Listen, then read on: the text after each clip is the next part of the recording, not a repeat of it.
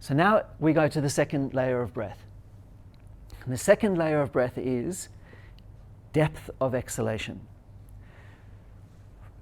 Really finding the depth of the exhalation, going all the way to the end of the out-breath as far as we can go into the out-breath.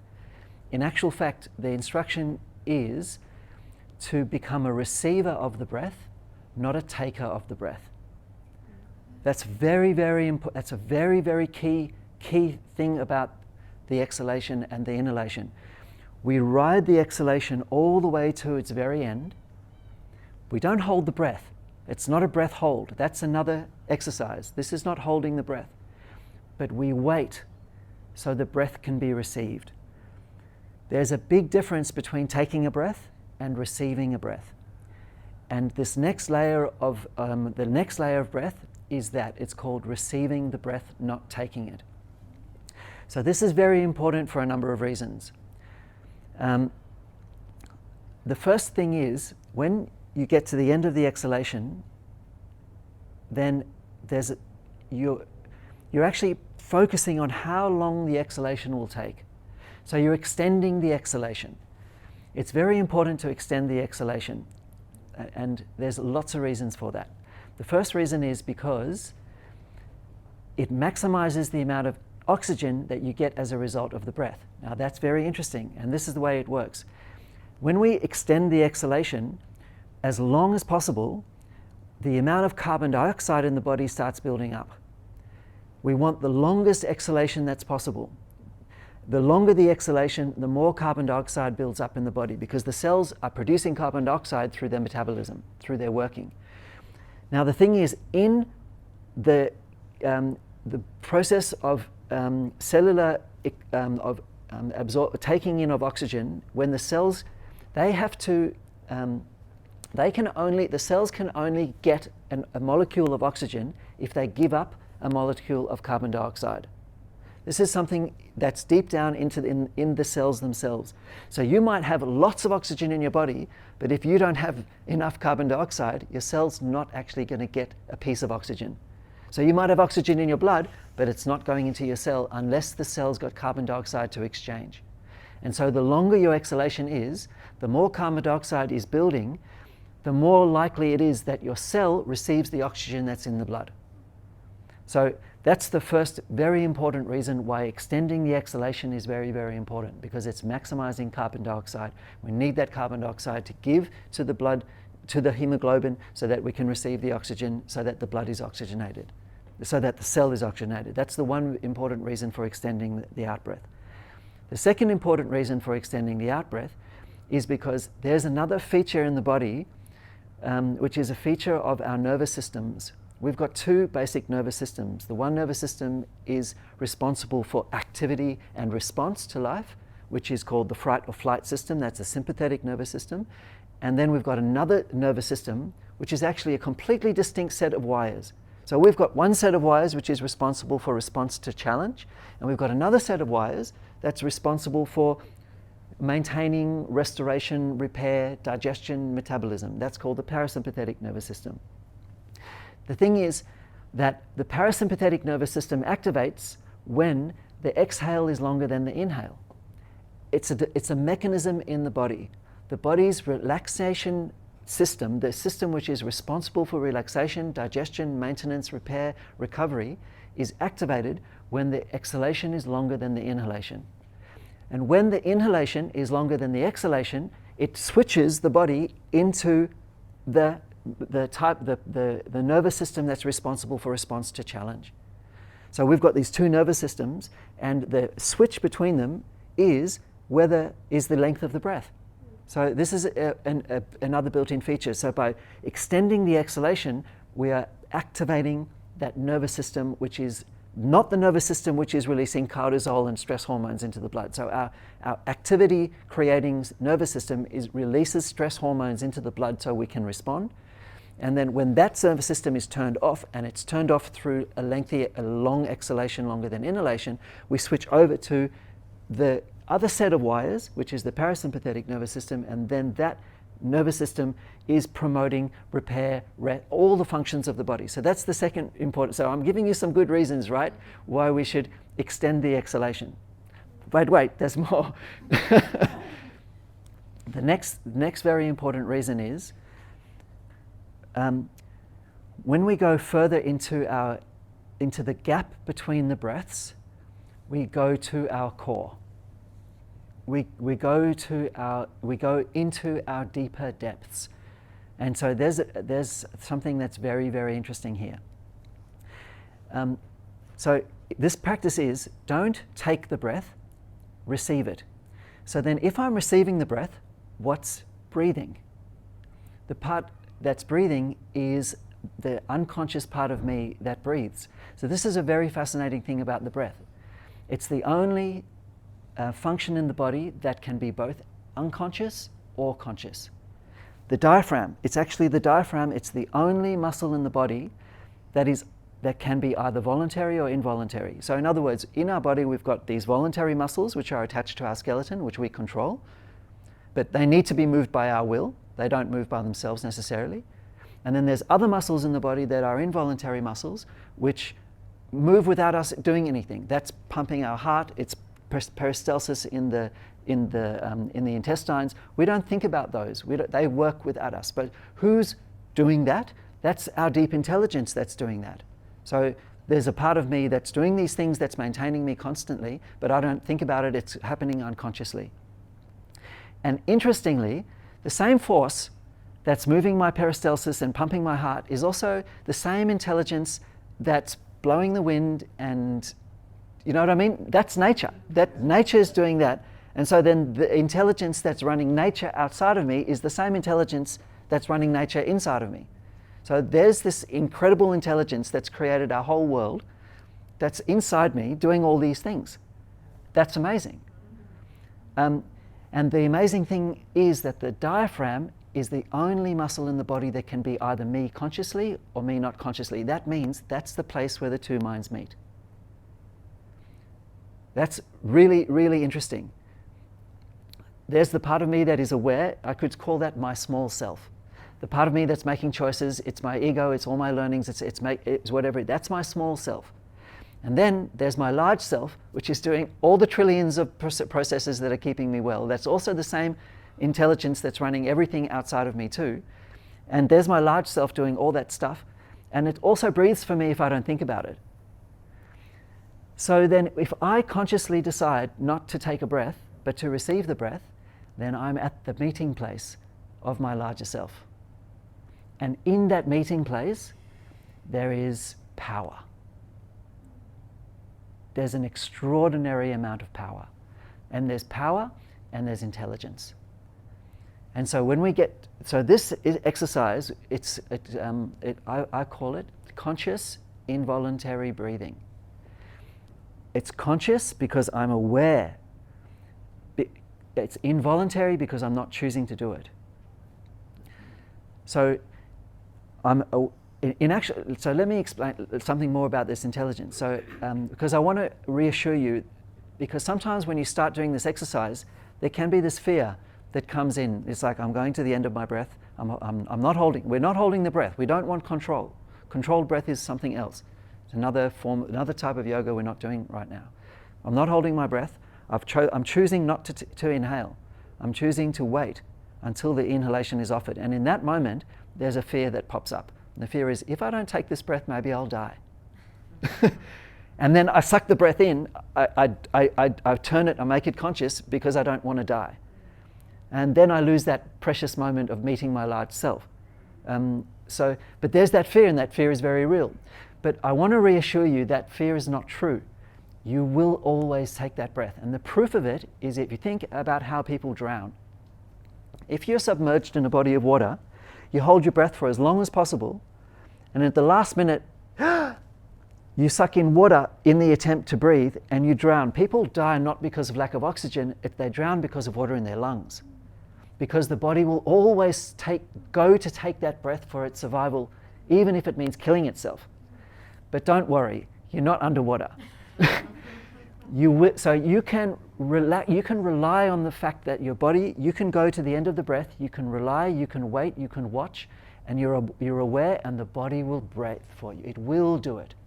And I'll also inform you on a scientific level of why it will do it. And that is because our body is designed fantastically, that when we're at a full lung capacity, the oxygen pressure, the pressure of air inside the lungs is larger than the pressure in the air outside, so we must breathe out. You know, so nature's always balancing gradients of pressure. When I come to the end of the exhalation, the pressure inside my lungs is lower than the pressure outside, so the oxygen must come in.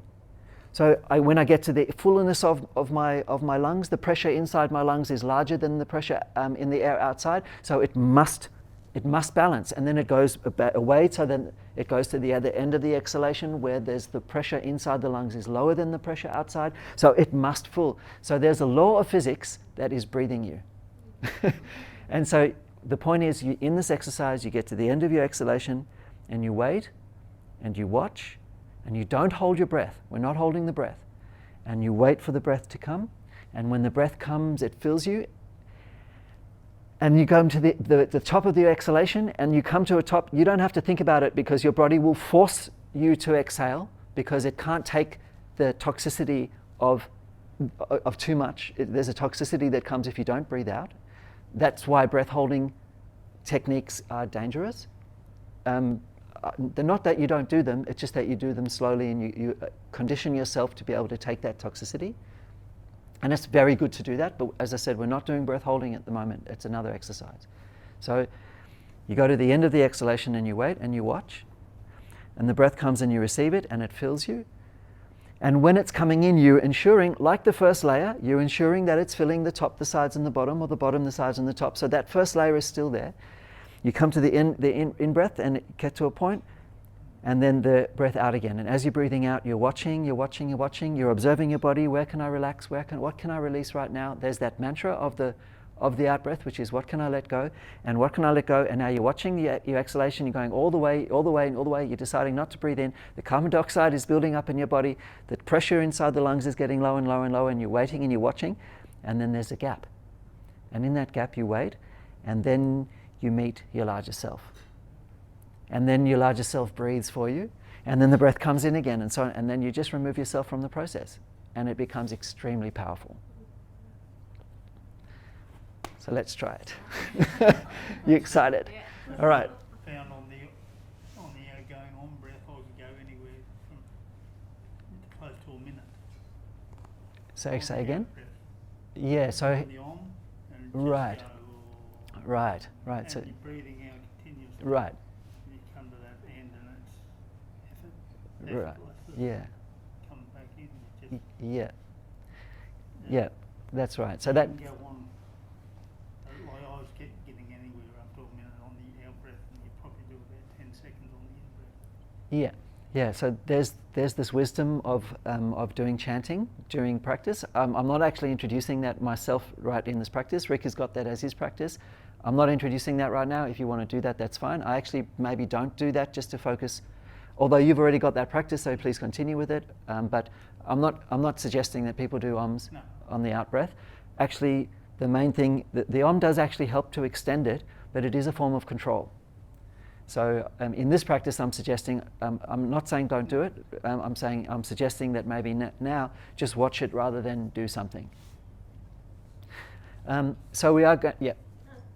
When you're taking the long breath out, carbon dioxide's building up, is there a reaction in the body to make that exchange of carbon dioxide and oxygen fast? Or because there's a risk of trying to control the in-breath being slow and then you've taken over. Is it, so you obviously keep relaxing, and the fact that you're in the parasympathetic, is it just a gentle exchange?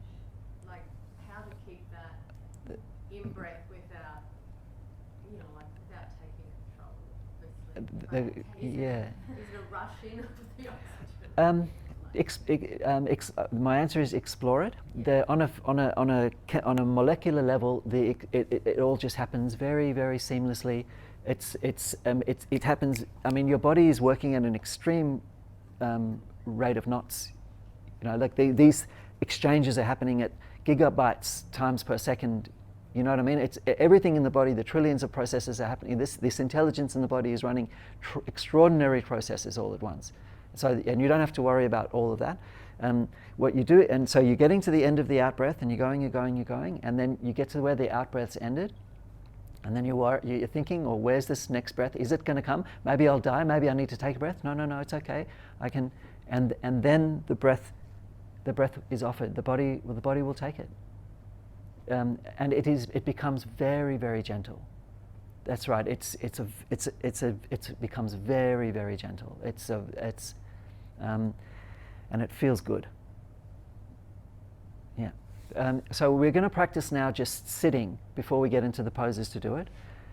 So if you want to take a chair and sit on a chair for this, then you can. If you're going to sit on the floor, then please make sure that your knees are below your hips.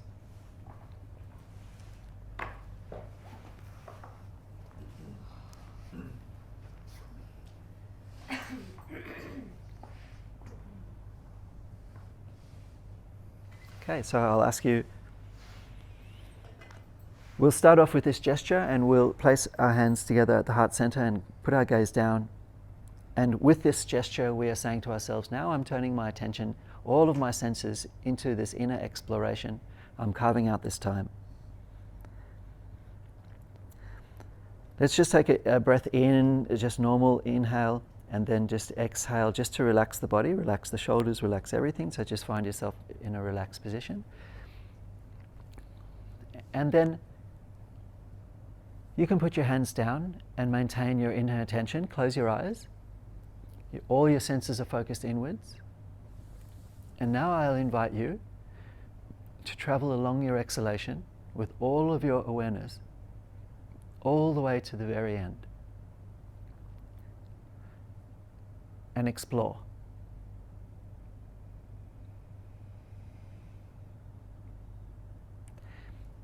Explore receiving the breath, not taking it.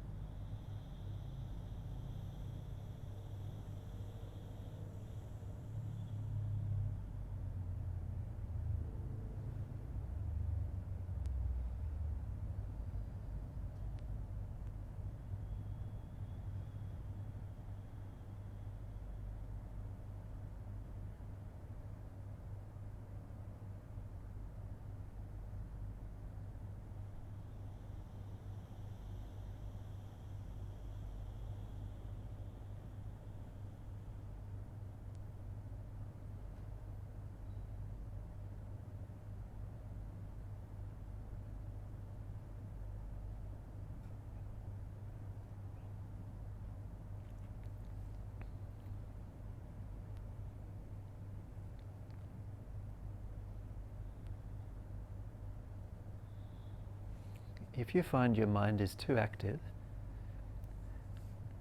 then put your mind to this question: where is the end of my breath?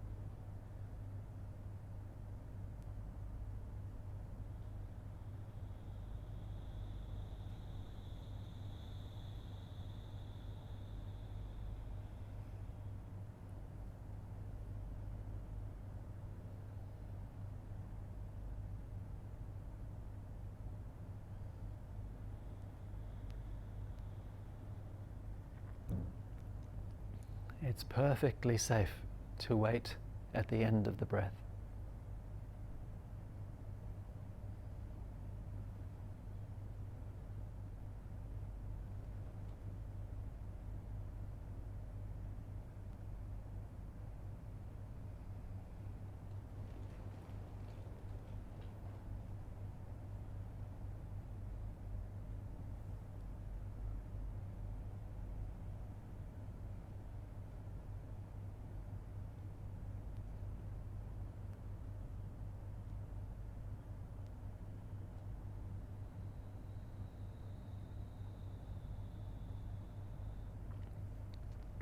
We'll do this for 10 more breaths. Make them your best 10 in terms of total conscious awareness of the involuntary breath.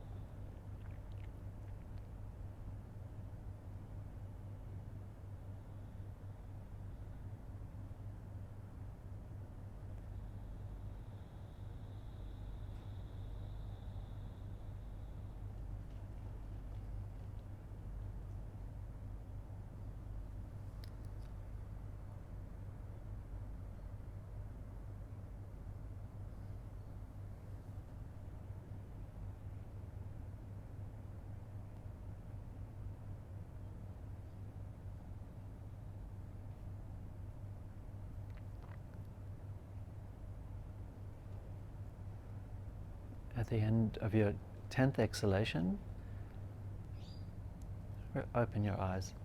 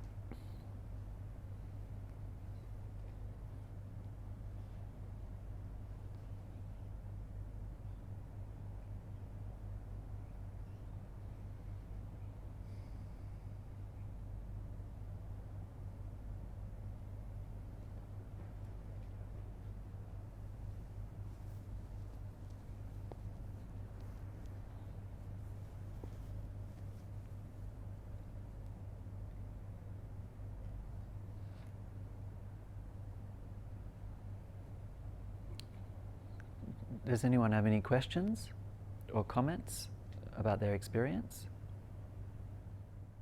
Like I find if when you breathe out, like there's a natural sort of end to when you breathe, but there is still some air in your lungs. Yeah. I find if you force that bit out, then you want to do a big gasp. Yeah, that's But right. If you just let your breath stop where it naturally stops. Yeah, that's then right. it's all right. Yeah, at the end of my breath, where I'm waiting, and just before that breath is received, I still, there is some breath still inside. Yeah, it's not like a complete squeeze, because that complete squeeze is an effort. So yeah, there is always something left behind, and I think that is important for the lungs. You know, it sort of maintains, there's sort of like a little bit of air between the little sacs. You know, they don't completely collapse on each other. I think that fulfills an important function. So you would recommend then, when you're doing the out breath, to breathe only to the point where you kind of naturally just stop breathing and then wait for the Yeah. inhale? Because I think that's probably what I was toying with in different breaths, was I was kind of trying to get the rest of that breath out almost, and I think Yeah. that's when it felt like there was a bit of a jolting exchange rather than Okay. a flowing exchange. Okay, Yeah. well, I'm glad that we had that question to clarify that. Yeah, yeah, I'm not trying to. Yeah, okay, right. That makes sense. Yeah, That brings a lot yeah. more, like now that you've said that, I can understand where that endpoint is now, and then Yeah. you can sort of just allow yourself to relax into that rather than Yeah. continue to keep breathing. Yeah. Okay. Great. Thanks for that question. Yeah. It really clarified. Yeah. I just want to say before we move on to do this in the postures, I didn't invent this technique. This technique I discovered in a text that was called the Vigyan Bhairav Tantra is the name of the text. It was written in 800 AD. It's an incredible book. It's basically the book. The text is where Shiva, Shiva is the Adi Yogi, the first yogi. Shiva is in Hinduism, Shiva is a god, but he's not a god. He's a man that through yoga became a god. So he's the first yogi, and through yoga became a god. And so he's revered because he's an example for us. You know, he's not like a god that was born a god. He's a god that was born a man or a human. Through his yoga, through discovering yoga, he discovered how to become a god. So that's why he's revered, because we can relate to him. So in this text, he's sitting with his consort, Devi, and she says to him, "Oh Lord, how do I discover the universe that you exist in, and how do I become a god like you?" And then he says, well, my dear one, here's 113 techniques that you can use to get there. And the first technique is, at the end of the breath, you'll find me. First technique. Actually, that's the first technique, the second technique, the third technique, and the fourth technique, all expressed in different ways. And then the fifth technique is something different. And then the sixth technique is a repetition of the first technique. And then he goes on to another 106 techniques. So it's an amazing book. There is an amazing commentary on that book by Osho called The Book of Secrets. So it's a fantastic book.